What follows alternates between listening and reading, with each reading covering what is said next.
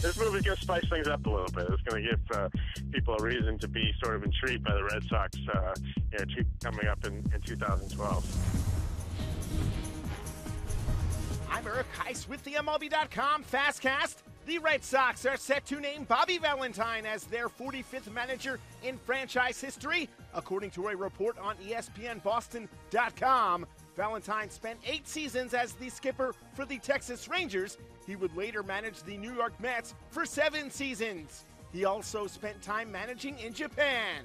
MLB.com Red Sox reporter Ian Brown thinks Valentine is a nice fit for the club.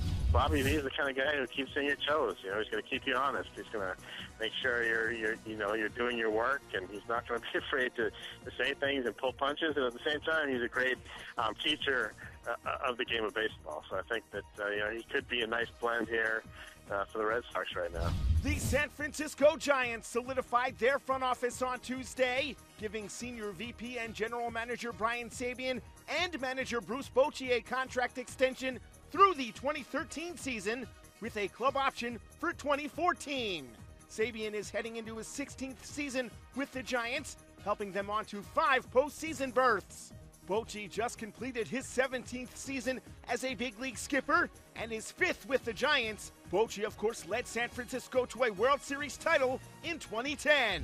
I'm just thrilled to be, to continue to be part of the Giants family and look forward, to our quest to bring in another championship here to San Francisco. Baseball's a tough game to succeed in, and I'm really thankful. The Kansas City Royals agreed to terms on a 1-year contract with Jonathan Broxton. The deal is pending a physical. Broxton was 1-2 with 7 saves and a 5.68 ERA in 14 games for the LA Dodgers last season, before being placed on the DL with bone spurs in his right elbow. MLB.com analyst Jim Duquette feels the deal will allow Broxton to get more comfortable working in a setup role, while also improving the Royals in 2 areas. I think he needs a spot where he can be comfortable again, where there won't be a ton of pressure on him to start. He kind of comes into the 8th inning, and they take Aaron Crow, who was their all-star, the Royals, in the bullpen. He was a starter coming up through the minors. He gets a chance to go into the rotation and compete for a job in the rotation. So they got better in 2 spots. And Royals starter Bruce Chen addressed his new 2-year contract with the team on Tuesday.